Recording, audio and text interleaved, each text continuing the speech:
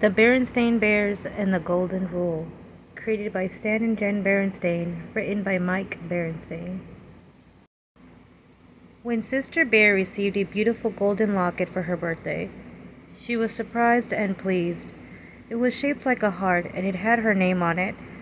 "Happy birthday, dear," said Mama and Papa Bear, giving her a big hug. Sister tried the locket on and looked at herself in the mirror. "I love it," she said. "I'm going to wear it all the time." "It opens up," said Papa. "Look." He showed her the little golden clasp that you press to pop the locket open. "Neat," said Sister. She looked inside, expecting to find a little picture or a mirror or something, but all that she could see inside the locket were a few simple words. "Do to others what you would have them do to you." Sister was puzzled. The words seemed familiar, but she wasn't sure why. "What's this?" she asked. "It's the Golden Rule," explained Mama. "What's that?" Sister wondered. Mama's eyes widened. "The Golden Rule is one of the most important rules there is," she explained. "That's why we have always had it hanging up on the wall of our living room." She pointed to the frame sampler above their mantelpiece. Sister gazed up at it in amazement. She had seen that sampler every day of her life. No wonder the words seemed familiar. "Oh," she said, a little embarrassed. "I never really thought about what it said before. What does it mean?" "The Golden Rule," Papa explained, "tells you to treat other people the way you want to be treated yourself." "Why is it inside my locket?" she wondered. "It's a golden rule inside a golden locket for a little golden princess," said Papa, giving her a big kiss. "It's called the Golden Rule," explained Mama patiently, "because it's precious, just like gold. But it's not about the gold you wear around your neck or on your finger." She held out her wedding ring. "It's about the golden treasure we keep inside our own hearts. The heart shape of the locket is meant to remind you of that." Sister thought it over. She didn't really get it, but that was okay. She loved the new locket anyway. The next day before school, Sister showed off her new treasure to her friends, Lizzie, Millie, Anna, and Linda. They oohed and awed over it in a very satisfying way. "What's all the fuss about?" asked a voice. It was Queenie McBear and her gang. Queenie was older than Sister and a little snooty. When Queenie first came to the neighborhood, she and Sister did not get along at all. Queenie made fun of her and got Sister's friends to join in. That was Sister's first experience with an in crowd, a group that makes itself feel big by making others feel small. "Oh, hi, Queenie," said Sister. "I was just showing the kids my new locket." Over the years, Sister learned to get along with Queenie, but they never were the best of friends. "Let's see," said Queenie. She looked the locket over. She was not impressed.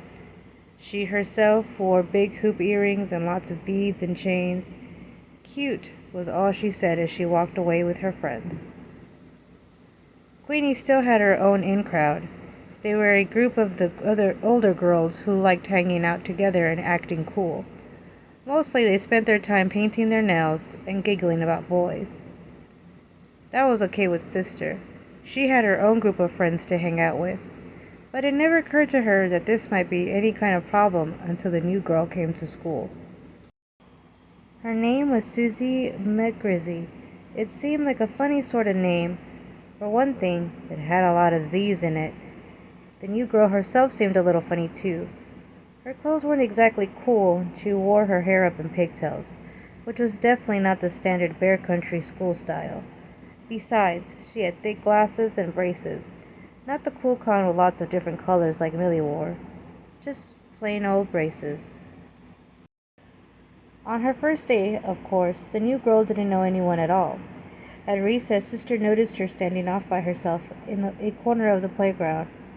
She looked sort of sad and lonely. Sister was thinking about going over and introducing herself when Lizzie and Anna came up. "Hiya, Sister," said Lizzie. We're getting together a game of hopscotch. Millie and Linda over there. Come on." Sister began to follow them, but she paused and glanced back to where the new girl was standing all by herself. The new girl looked lonelier than ever. "Wait a minute," said Sister. "What about that new girl? That what's her name? The one over there? Maybe we should invite her to join in. She looks pretty lost and lonely." The other girls were surprised. "Susie Woozy Face?" said Lizzie doubtfully. "She has weird clothes," said Anna. "And those corny pigtails," said Lizzie. "Not to mention those clunky glasses and braces," added Anna. "Well," said Sister discouraged, "I just thought—" "Oh, don't worry about old Susie McWoozy," said Lizzie, taking Sister's arm. "She'll be fine. She'll find some other cubs to play with. Cubs more her type. Come on." Sister allowed herself to be led away to the hopscotch game. She felt a little worried about Susie McWoozy, though she couldn't exactly say why. But she soon forgot all about it while playing hopscotch with her friends. Later, when school let out, Sister got in line for her school bus. She noticed that the new girl was standing right in front of her. She was going to say hi, but then Lizzie came up behind her and they started to talk. They went on talking as they got on the bus. Susie McGrizzy sat right behind them. Sister and Lizzie went right on talking together. Sister played with her new locket as she talked, twirling around and around in the air. When the bus came to her stop, Sister gathered up her things to get off, but she felt a soft tug at her arm. It was Susie McGrizzy. She was holding something out to Sister.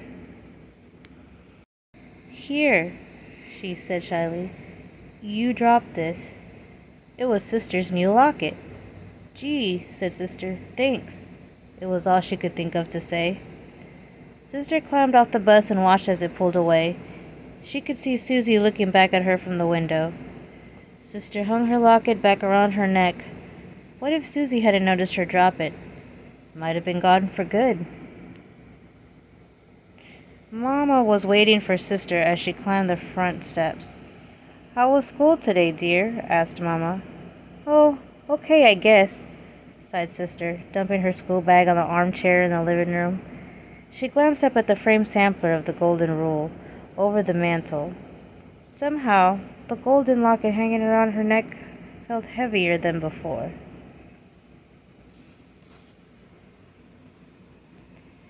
That evening at dinner, Sister was unusually thoughtful. She picked at her lima beans and stared off into space. "A penny for your thoughts," said Papa as he fed Honey Bear. "Huh?" said Sister, looking up. "Oh, I was just thinking about that golden rule inside my locket," she explained. "I don't really get it. What's it supposed to mean?" "Well," began Mama, "let me give you an example. Do you remember that trouble you had when Quinny first moved to town?" Sister pricked up and paid attention. She remembered it all too well. "Do you remember how Queenie started an in-crowd but kept you out and made fun of your clothes and hair bow?" Mama asked. "Do you remember how badly you felt?" Boy, did she ever. Sister started to feel hurt just thinking about it. Her lower lip began to quiver and a tear came to her eye. "All the golden rule is saying," Papa continued, "is that you shouldn't turn around and do that same sort of thing to someone else." He paused to scrape some mashed potatoes off Honey's chin. "You should always treat other people the way you would like to be treated yourself." "But I would never do anything like that," said Sister. "Besides, I don't have an in-crowd." "Oh, no?" said Brother, who had been taking all this in. "What about Lizzie and Anna and Millie and Linda? You play with them all the time, but I never see you asking anyone else to join in."